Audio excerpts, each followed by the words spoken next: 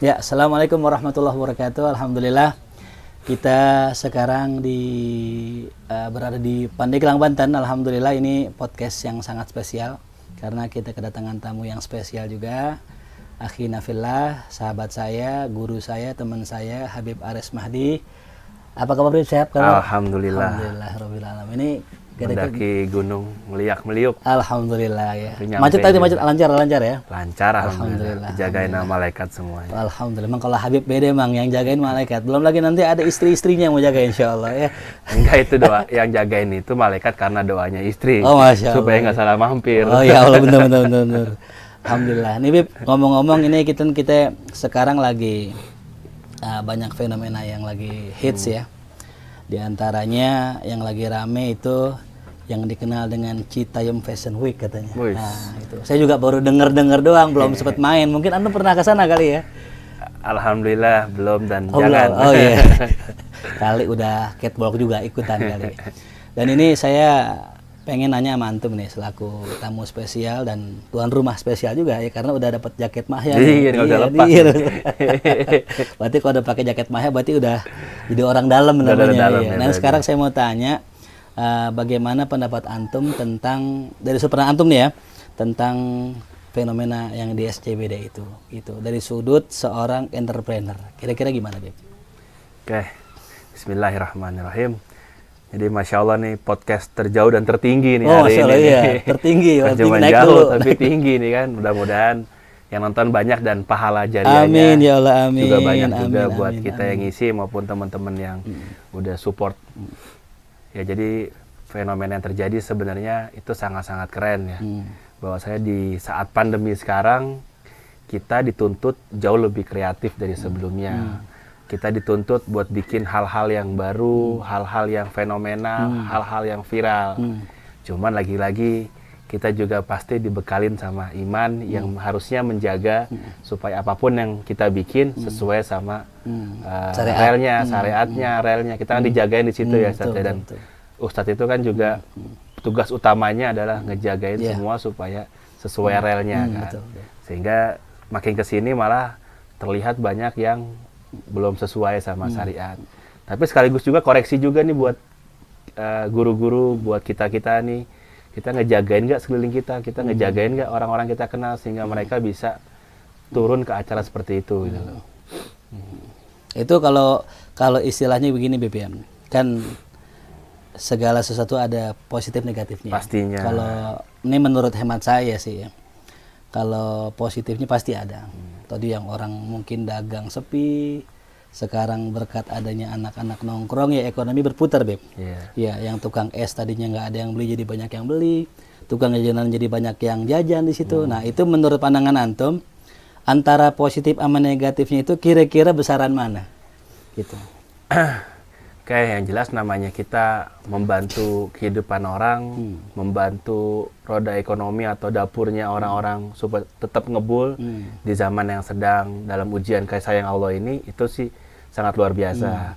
Cuma lain halnya kita juga mesti berfokus bukan hanya pada ketika banyak roda ekonomi yang berputar. Contoh sebelumnya lagi ada case penistaan terhadap baginda Rasulullah SAW. Ya. Artinya hanya gara-gara mementingkan banyak karyawan yang kerja sehingga penistaan tersebut jadi boleh. Itu kan juga sama. Betul. Memutar ekonomi juga nilainya lebih fantastis dibanding jualan kopi Starling ya. Starling ya. Besok bikin juga kali belek bikin begitu enggak? Ya, harusnya belek-ling gitu ya. Belek-liling. Ide yang menarik nih. Tapi artinya kita nggak boleh juga fokus sama nilai uang yang berputar aja.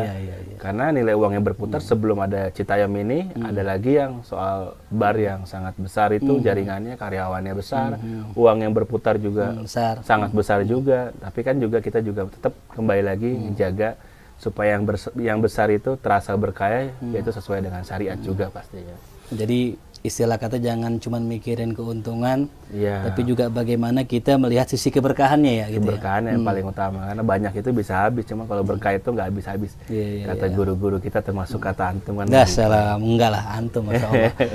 Nah terus yang kedua, jadi ketika nih anak-anak punya semangat ya berkreativitas gitu, tapi nggak didukung dengan semangat beragama, itu kira-kira mesti gimana Bib tuh? Soalnya banyak orang yang tadi dia dagang, dia mungkin ikut sana sini, tapi secara agama minim gitu. Nah itu bisa nggak tuh berjalan seiringan atau mungkin ya bisa dipilih gitu yang mana gitu yang mesti didahuluin, kira-kira gimana? Nah ini menarik banget, pertanyaannya sangat cerdas banget.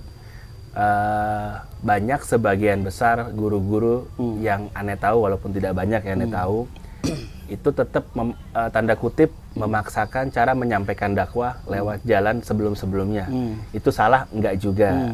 Cuma ada juga yang sejatinya mengikuti arah tren, arahnya kemana. Contoh, saya punya sahabat itu bikin Ramadan Jazz di halaman masjid. Oh, itu tahu pas tuh. itikaf Iya. tuh di Cut Putih ya? tempatnya Ustadz Ahmad biasa khotbah Jumat biasa di sana kan, Cut Mutia kan. Itu agak kontradiktif antara ini di masjid bikin musik. Sedangkan itu pas lagi momen juga itikaf juga lagi kan. ya, 10 malam Nah, terakhir. panitia termasuk sahabat saya ketua saat itu, beliau kekeh menyampaikan lah bagaimana mereka pengen ditarik kalau tidak ada hobi atau kesenangan mereka yang ada di sini. Biarkan mereka datang ke sini, minimal datang dulu deh. Perkara outputnya mereka main bola, outputnya mereka dengar musik, yang penting kan bukan musik rock. Mereka paling enggak ketika tahu itu di halaman masjid, mereka berpakaian juga semestinya, berkata-kata juga semestinya. Mereka juga mau nggak mau terpaksa atau dipaksakan harus sholat dulu. Nah itu kan akan menjadi sebuah hal, oh nikmat juga ternyata sholatnya, oh ternyata enak juga pakai pakaian tertutup ya, oh enak juga tidak berkata kasar ya, oh enak juga nonton musik tanpa minuman keras ya pakai.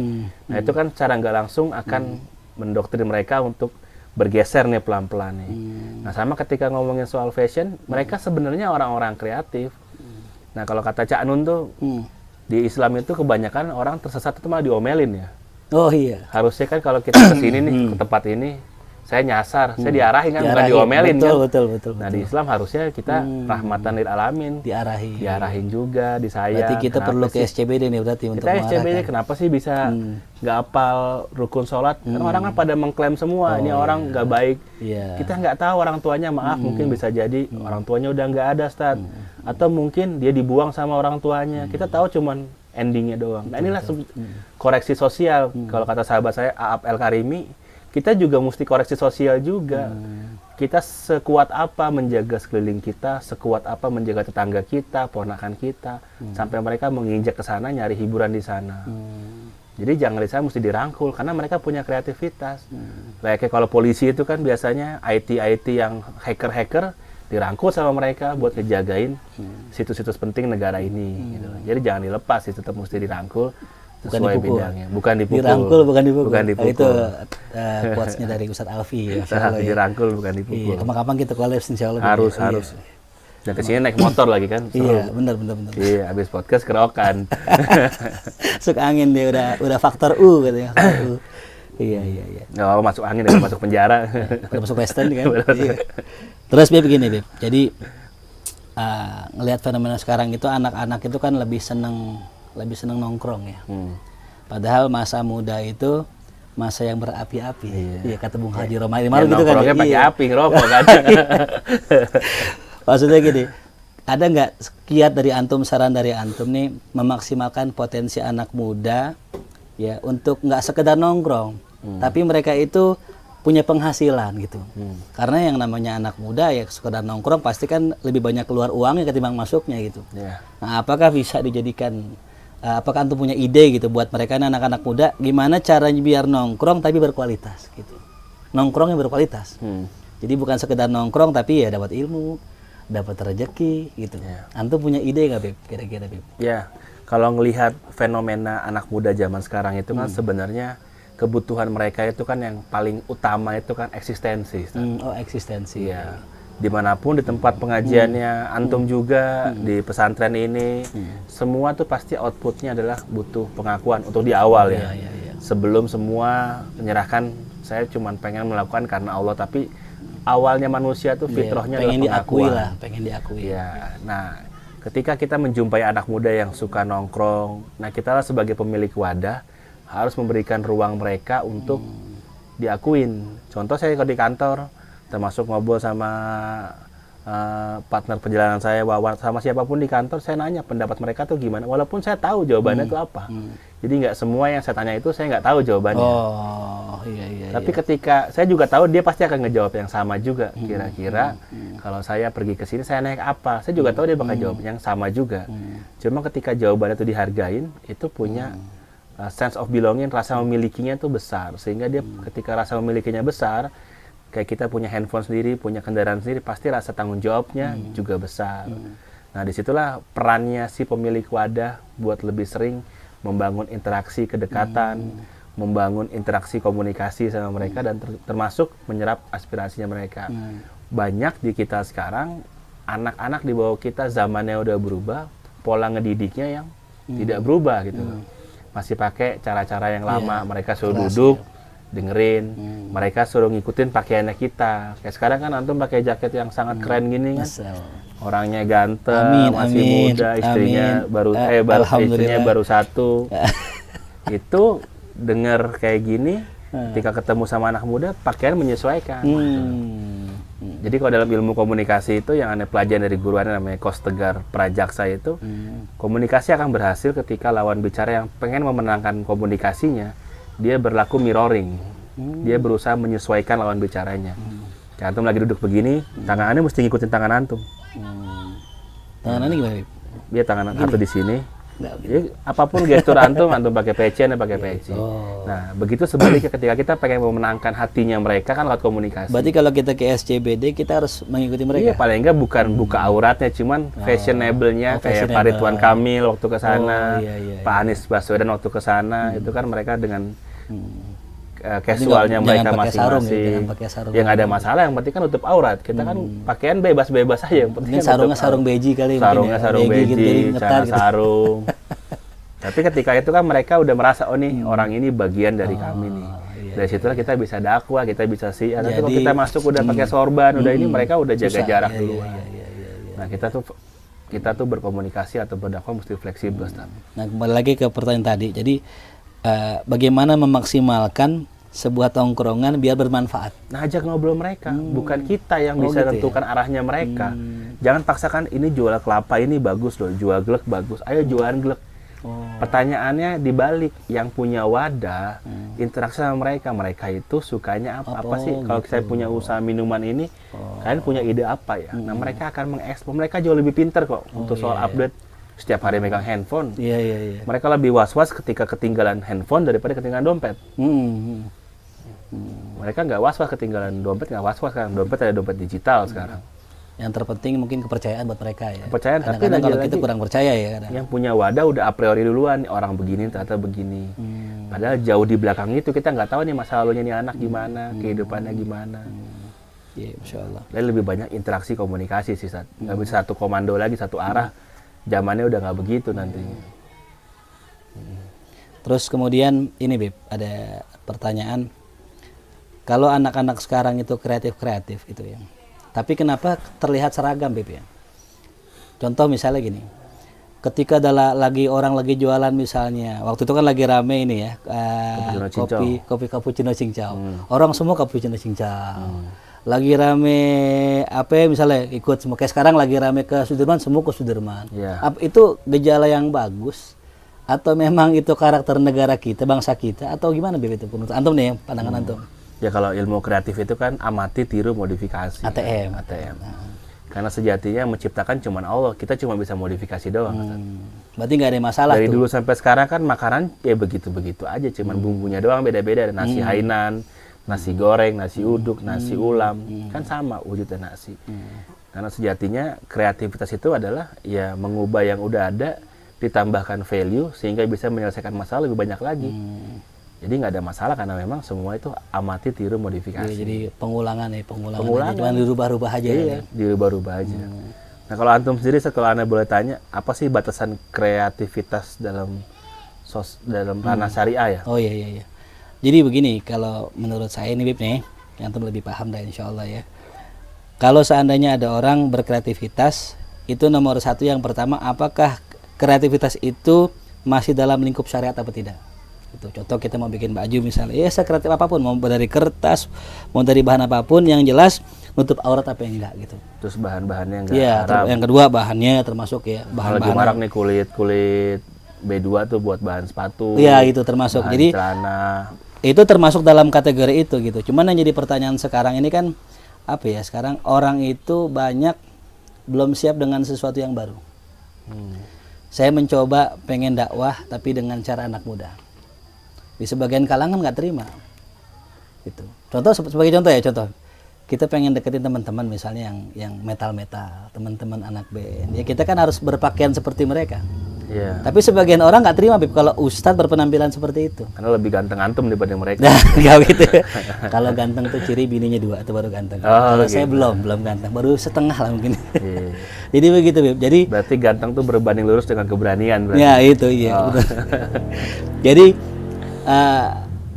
banyak benturan kalau dari kita. Sebenarnya sih syariat nggak melarang, cuman adat kebiasaan yang melarang itu. Jadi kalau seandainya kita nih berkreativitas ya dan juga bertentangan dengan adat, nah itu akan terjadi pertentangan gitu. Sebagai contoh, orang sekarang pengen berkreatif dalam masalah musik. Kita terbiasa dengar orang tuh main rebana. Pokoknya kalau rebana Arab itu pasti ini dakwah nih, pasti Islam. Padahal kan nggak mesti rebana, nggak mesti Arab. Coba kalau kita amati lirik, misal lirik lagu Dewa misal 19 ya. Gitu. Itu ada lagu nama judulnya Satu. Itu kebetulan lagu yang saya suka, termasuk saya suka. Ketika dinyanyikan lagu itu saya selalu ingat nama Allah. Nah inilah mungkin sebagian orang tadi saya katakan tadi, mungkin bukan hanya sekedar dalam rambu syariat tapi juga mengikuti adat gitu. Jadi kadang-kadang kalau orang udah berkreativitas namun dia itu nggak mengindahkan adat, terkadang nggak diterima gitu. Itu saya pengen bongkar itu. Artinya apa? Adat perlu kita junjung tinggi. Cuman kembali lagi lihat bagaimana kondisi zaman sekarang. Gitu. Zaman dulu orang nggak boleh yang namanya pakai jas, Beb. Kiai pantangan pakai jas. Kata orang dulu, jas itu pakaian orang kafir. Tapi sekarang udah berubah semua. Kiai semua pakai jas gitu. Jadi yang nomor 1 nggak boleh melanggar syariat. Yang kedua, kalau bisa jangan melanggar adat gitu. Adat norma. Norma. Karena setiap tempat tuh punya adat. Setiap tempat punya etika gitu ya. Berarti poinnya adalah di etika atau tidak membuat hati orang betul terganggu. Sekarang kalau misalnya kayak model Fashion Week ada mungkin ada di kampung saya, mungkin nggak bakal lama itu. Langsung diusir-usir gitu.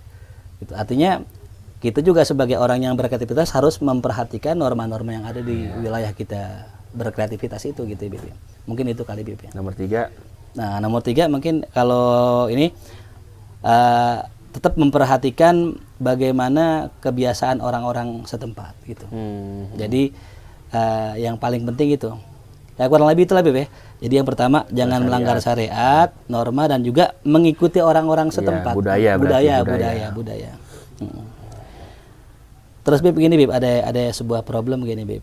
Jadi kalau anak muda sekarang tuh kadang suka minder ya. Ini yang problem yang paling mendasar. Jadi yang kaya makin kaya, yang miskin makin miskin. Karena saya lihat dari teman-teman saya ini, setiap kali mau dagang banyak ketakutan, takut rugi, takut buang-buang duit yang ujung-ujungnya ambruk lagi bisnis sekarang gitu kan. Nah kira-kira dari antum ini ada nggak kiat-kiat buat anak-anak muda sekarang, khususnya para pemuda muslim nih, biar mereka tuh berani kayak antum gitu ya, gitu. Antum kan berani katanya, Bib. Berani sama nekat itu di zaman sekarang agak susah dibedakan. Oh gitu ya. Gimana kira-kira ya Bib, buat anak muda biar jadi berani? Jadi sejatinya teman-teman semuanya harusnya berpegang teguh bahwasanya bisnis itu bukan soal ikhtiar.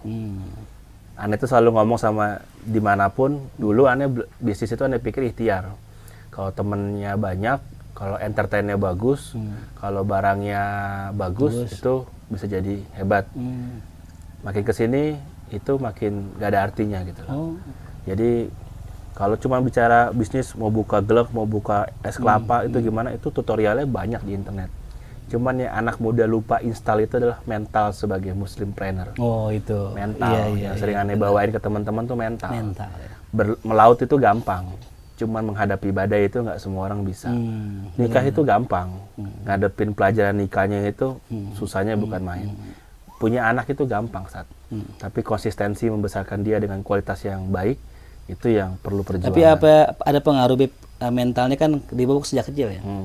Gitu dari kecil kadang-kadang suka diomelin, suka direndahin gitu, suka di nggak percaya, itu kira-kira berpengaruh atau enggak Beb? Iya, nah makanya tadi dari mental itulah terbentuk pola pikir yang sehat, yang positif. Contoh, suatu ketika ada seorang pedagang pisang, dia kalau jualan di pasar selalu ngambil lorong di pasar yang sepi. Nah temennya sesama pedagang pisang bilang, kok kamu jualan pisang di sini emang nggak khawatir nggak ada yang beli? Terus dia bilang, malaikat tahu saya di mana ketika mau mencabut nyawa saya, layaknya dia juga akan tahu ngasih rezeki saya bakal di mana gitu. Subhanallah. Jadi keyakinan itu yang dia kuatkan segala macam yang mengundang kebaikan-kebaikan. Itu persis kayak orang jual bensin eceran depan Pertamina. Depan Pertamina. Ada rananya keyakinan-keyakinan kita perlu. Jadi ada momen di mana semua teori itu nggak ada artinya selain keyakinan. Contoh Nabi Musa itu beliau nggak pernah tahu kok dikejar sama orang disuruh ke laut. Kan nggak masuk akal. Di laut kan dia nggak bisa berenang. Cuman kuncinya dia taat, dia yakin sama apa yang dia taati, beliau yakin, beliau taat, ya jalannya kebuka. Nah dalam bisnis yang sekarang di era pandemi, ini kan era yang sebenarnya menghantamnya bukan kesehatan ya, tapi menghantam keimanan orang. Inilah momen dimana yang kaya, yang miskin, yang makan sehat, yang nggak makan sehat, semua bisa kena semuanya. Nggak ada pengecualian, yang pejabat, yang orang biasa. Disinilah Allah benar-benar menunjukkan mandatorinya sebagai yang ter. Nah di sini kita mesti yakin, seberapa yakin kita bahwasanya rizki itu tangan Allah, bahwasanya maut itu udah ditulisin sebelum kita lahir. Kita mesti yakin di sini. Buat teman-teman semuanya, tugas kita adalah melakukan, hasil itu bukan ranahnya kita. Sekiranya jadi gini, kalau satu tambah lagi satu terakhir, Tung Desem Waringin tuh bilang dalam berbisnis itu cuma dua, satu untung, yang kedua belajar. Jadi jangan tanamkan mindset itu rugi atau bangkrut ya. Yang ada cuma ada satu untung, satu belajar. Kalau dia lagi rugi itu lagi belajar. Oh, subhanallah.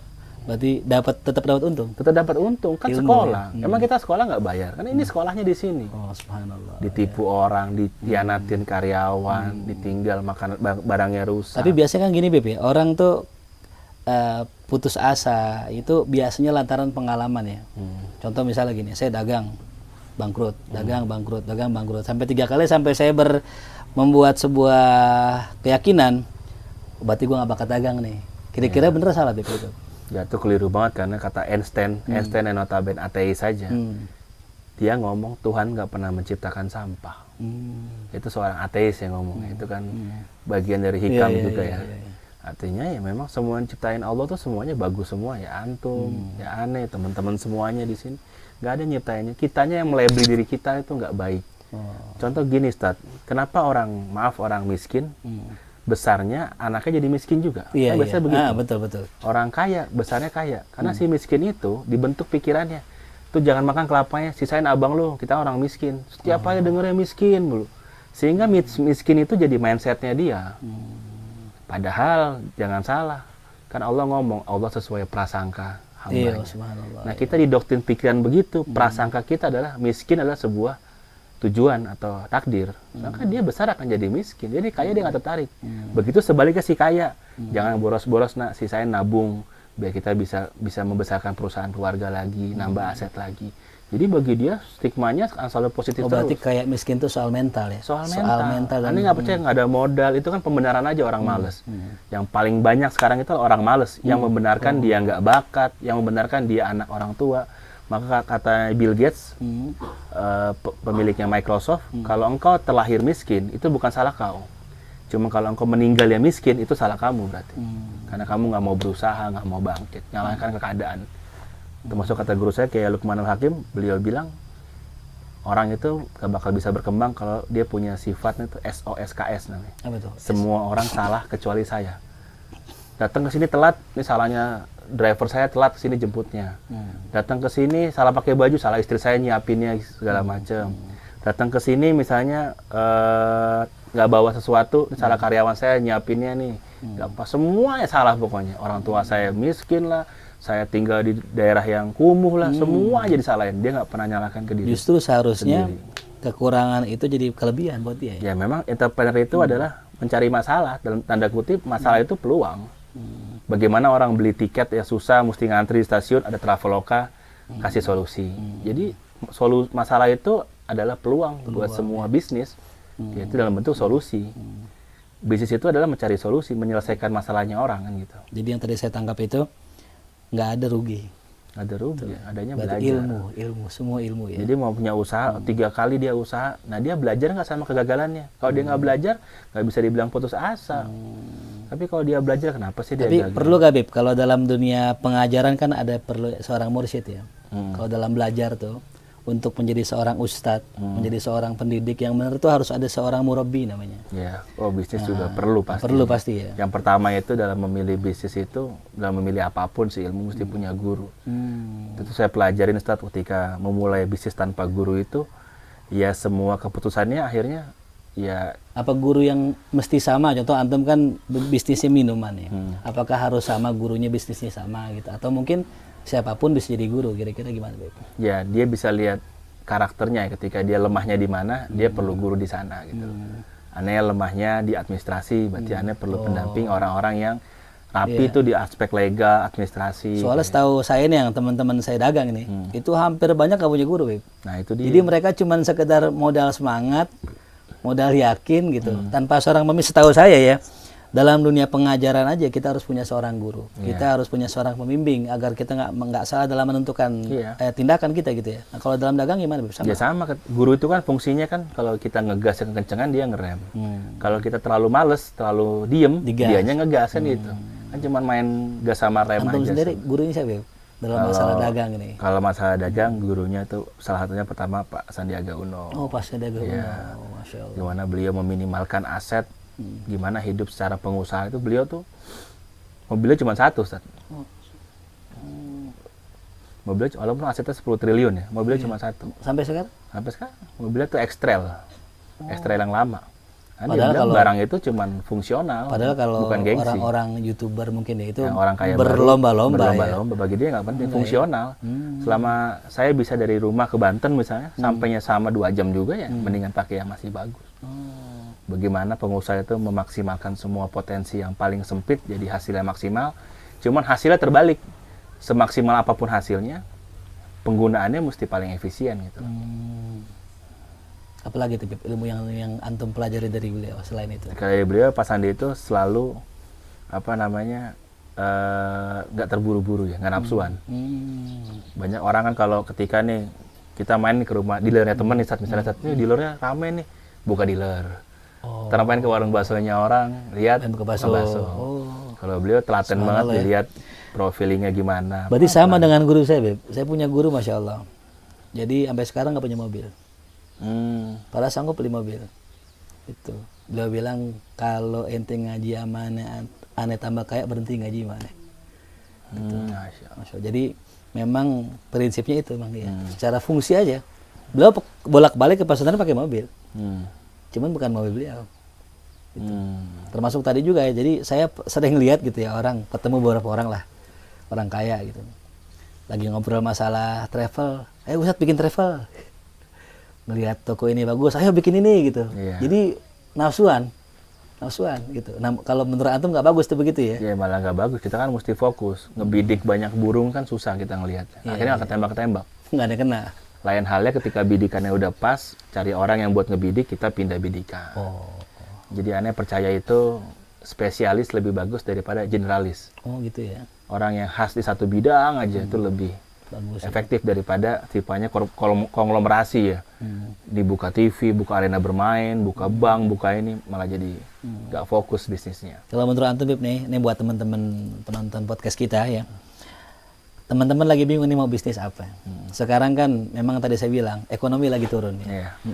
Jadi yang kerja dirumahkan, ada yang di PHK, yang dagang juga lagi turun, bahkan sempat ada kita punya jamaah lagi turun, omsetnya drastis gitu. Nah, kira-kira ini buat teman-teman yang mau usaha, mungkin apa yang mau kerja, yang paling efektif apa, Bib? Kira-kira menurut antum nih, apa kuliner kah atau mungkin buka usaha kos-kosan kali? Oke. Jadi sebelum Anda jawab, Ane izin berbagi cerita yang menurut Ane ini penting banget, Ustaz. Ini cerita yang menginspirasi Ane dan sangat merubah cara berpikir Ane ya. Jadi suatu ketika Ane pernah kemalingan usaha Ane, sehingga Ane nggak bisa bayar kontrakan selama setahunan, ruko. Ane ngadep ke yang punya ruko, beliau Masya Allah ahli sedekah, orang kaya yang ahli sedekah segala macam. Tiba-tiba beliau cerita, sebelum Ane ngomong soal pengajuan, tiba-tiba beliau cerita. Suatu waktu Nabi Musa pernah sakit, beliau doa sama Allah, ya Allah saya sakit ya Allah. Allah suruh beliau ambil daun depan rumahnya, beliau seduh daunnya, dan qadarullah langsung sehat. Beberapa waktu kemudian beliau sakit yang sama, beliau ambil daun yang sama, diseduh, diminum, ternyata nggak sehat. Nah beliau protes nih, lapor sama Allah, ya Allah kok ini daun yang sama, kok nggak sehat. Nah ternyata kata Allah yang sembuhkan kamu tuh bukannya daun, tapi saya gitu loh.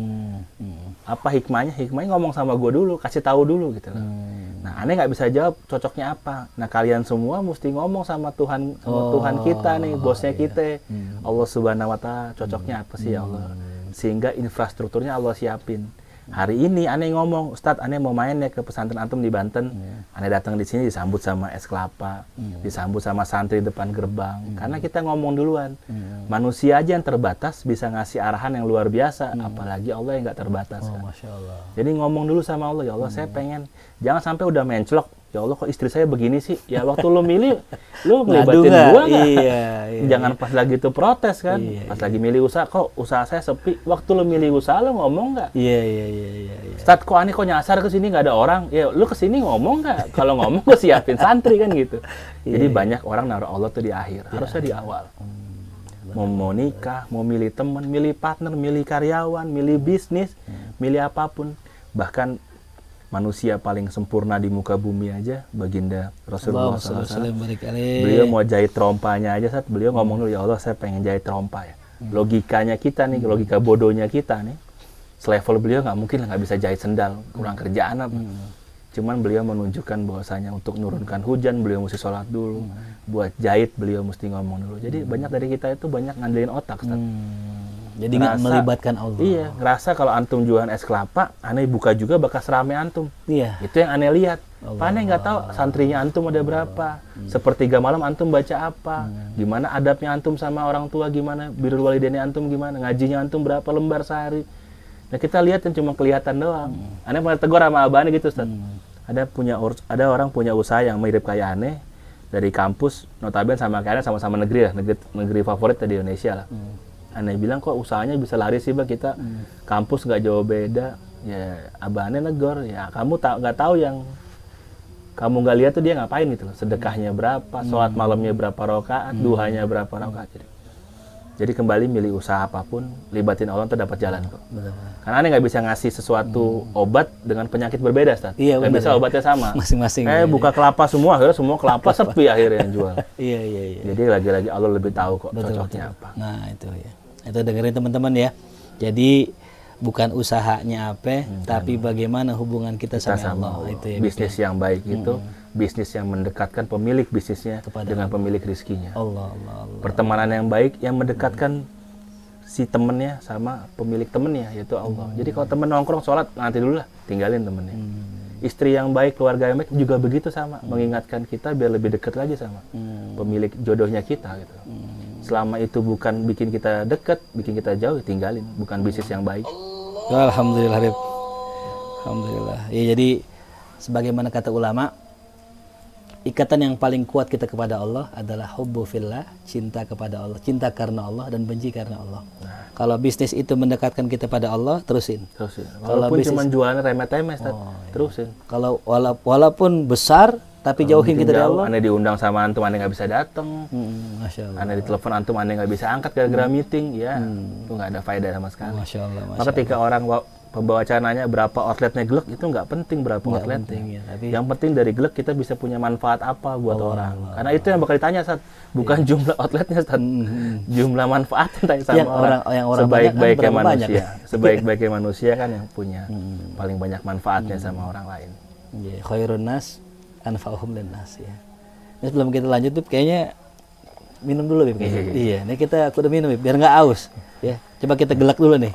Ini gelak yang alami dulu. Oh, yang alami. Biar imbang. Ane minum ini, Bib, ya. Ane kan menjamu pakai itu, antum menjamu pakai kelapa. Ini tulisannya bagus nih. Ayo berperan, jangan baperan. Jangan bosan jadi orang baik. Ya. Biasanya orang, Bib, kalau jadi orang baik ada yang kecewa, Bib. Itu sebabnya apa tuh, Bib? Berusaha baik dikecewain, jadi nggak baik karena lagi. Dia baiknya karena manusia. Kalau dipuji dia terbang, dicaci dia tumbang. Tapi kalau dia baiknya karena Allah, mau ada orang nggak ada orang, pakai CCTV ada atau enggak, tetap baik. Tetap baik ya. Oh, berarti kurang ikhlas, kurang tulus. Bukan kurang, emang nggak ikhlas. Kalau kurang itu masih ada ikhlas. Masih ada gitu. Ini emang enggak gitu loh. Allah. Jadi kayak pernah Khalid bin Walid ketika beliau dipecat jadi panglima perang, kan, turun perang ke lapangan tuh kan. Terus teman-temannya biasa kan ledekin kan, kok biasa jadi panglima jadi prajurit. Ya Khalid bilang, aku berperang bukan gara-gara Umar, mau jadi prajurit kan, mau jadi panglima, aku perang buat Allah sama Rasulnya, bukan si Umar. Gak ada urusan mau jadi panglima atau prajurit. Nah itu real, bener-bener beliau orang baik, nggak pusing sama pujian manusia. Ciri-cirinya apa? Ngetes. Ketika yang nge-like sedikit kita sedih, ya berarti karena manusia postingan kita, bukan karena Allah. Tapi kalau yang posting kita mau ada yang nge-like, ada yang share, ya bahasa bodo amat. Yang penting kan Allah lihat kita pengen nulis kebaikan di situ. Iya, berarti kita kudu perbaiki niat, Bib, ya. Kudu. Masya Allah. Ini mungkin segini dulu obrolan kita. Karena udah azan juga. Karena udah azan, kita pengen sholat zuhur dulu. Alhamdulillah masih dikasih umur, Bib, kita untuk sholat berjamaah insya Allah. Dan kapan waktu kita lanjut lagi insya Allah, iya, dengan judul yang berbeda, dengan tema yang lebih menarik insya Allah, ya. Dan kalau bisa tempatnya lebih jauh lagi. Nah iya, makin tinggi biar pahalanya makin tinggi juga. Kalau bisa ajak istri antum nanti boleh, gitu. Ane ajak istri ane, kita ngomongin nanti insya Allah, ya. Atau istri-istrinya malah podcast kalian. Ya salah, jangan. Ya, mungkin sampai sini saja pembicaraan kita, obrolan kita yang Masya Allah luar biasa. Insya Allah doain Habib sehat afiat, doain juga gelak mudah-mudahan semakin barokah, semakin luas manfaatnya. Dan juga Markazul Lughah pesantren ini mudah-mudahan semakin luas, semakin manfaat, semakin bisa membina umat dengan sebaik-baiknya. Dan juga saya mohon doanya juga buat semua tim yang membantu nih, yang di belakang layarnya. Siapa aja namanya? Semoga sehat afiat. Namanya Gus Mulya, baru nikah, baru kawin, alhamdulillah. Nah, namanya Gus Alfi ini. Masya Allah. Iya, ini tim media yang mustatir, yang nggak mau disorot. Dia maunya disorot sama malaikat ya. Masya. Ini orang begini kalau belum mati nggak boleh dikubur. Jangan, kasihan. Kasihan. Ya? Iya, pokoknya kalau ada orang belum mati jangan dikubur. Iya, kasihan masih hidup ya. Gitu. Ya, jadi mudah-mudahan bisa bermanfaat. Kita baca surat Al-Fatihah. Semoga apa yang kita niatkan, kita panjatkan doa semua dikabul Allah Subhanahu wa taala. Al-Fatihah. Auzubillahi minasyaitonir rajim. Alhamdulillahirrahmanirrahim. Maliki yaumiddin. Iyyaka na'budu wa iyyaka nasta'in. Ihdinas siratal mustaqim. Siratal ladzina an'amta 'alaihim ghairil maghdubi 'alaihim waladdallin. Bihaqqil Fatihah, surah Al-Fatihah. Karamatil Fatihah, iftah lana abwabal khair wa akhtim lana bil khair. Rabbana atina fid dunya hasanah wa fil akhirati hasanah wa qina adzabannar. Sallallahu ala sayyidina Muhammadin wa alihi wasallam. Alhamdulillahirabbil alamin. Jazakallahu Habib ya. Insyaallah kita ketemu lagi. Dan buat para pemirsa semua, ingat slogan kita, orang baik pilih gelap. Assalamualaikum warahmatullahi wabarakatuh. Waalaikumsalam.